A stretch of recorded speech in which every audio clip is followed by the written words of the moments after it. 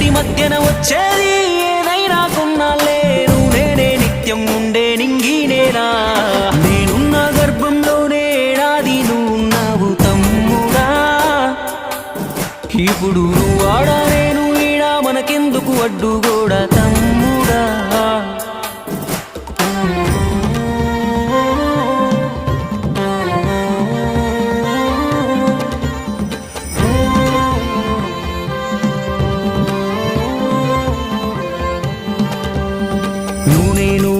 నాన్నకు కొనసాగింపు మనము కొట్లాడితే వద్దు వాళ్లకు తలవంపు భార్య మన పిల్లలు అంటే దేవుడి చిత్తం కానీ అన్న తమ్ముడు అంటే అది ఒకటే రక్తం ఒక నిమిషం కూర్చుంటే ఒడిసే గొడవే మనది ఏమున్నది నీకు నాకు అంతటి క్రోధం